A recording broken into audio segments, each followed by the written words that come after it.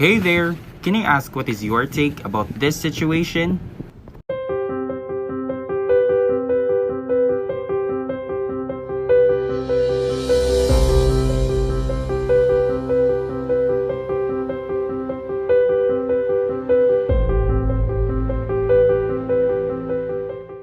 As a parent myself, I really understand the sentiments of those parents living in that small community.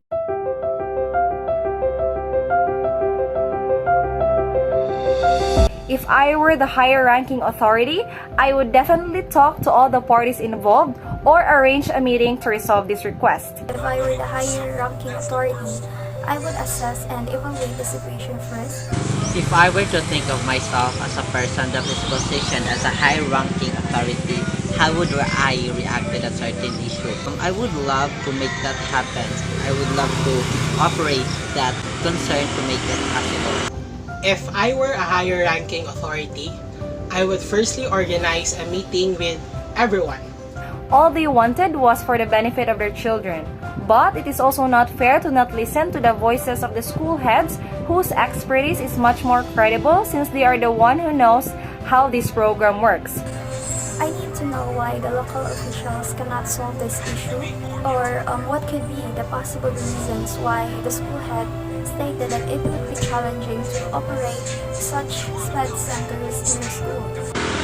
There are various ways you can make that happen actually by having fundraising, ask for donations, ask for government support, by preparing meetings with some local officials.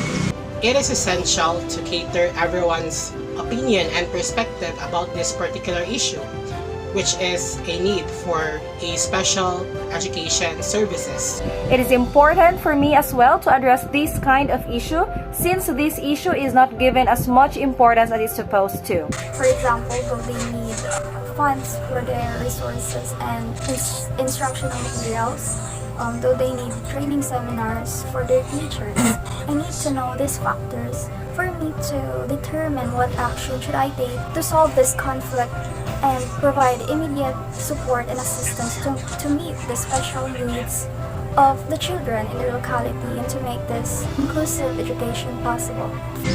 The reason why I would love to make this happen for the fact that education does not make any exception. It is not the school head's fault for not being able to offer this kind of service, but it's the other way around.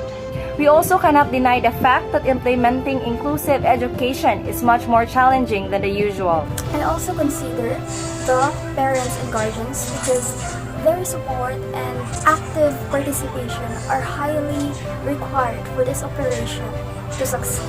Offering this service requires funds, resources, training, and more people.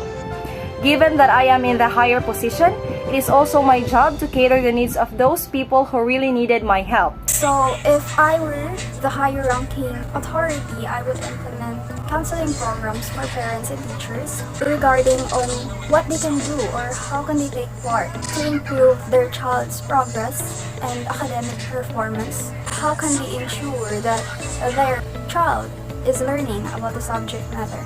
To achieve this kind of inclusivity, there should be a collaboration amongst people, from the parents, local officials, to the school heads, to the higher ranking authority, and of course, to the children with special needs. I do believe that with all these government support, parental encouragement and participation, effective teaching methods from the excellent and well-trained teachers, and high motivation from students.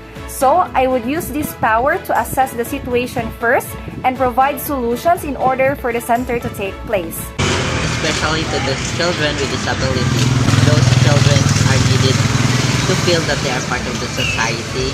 We have to make them feel confident of themselves and to help them reach a potential they have by helping them to nourish and develop the talent they have.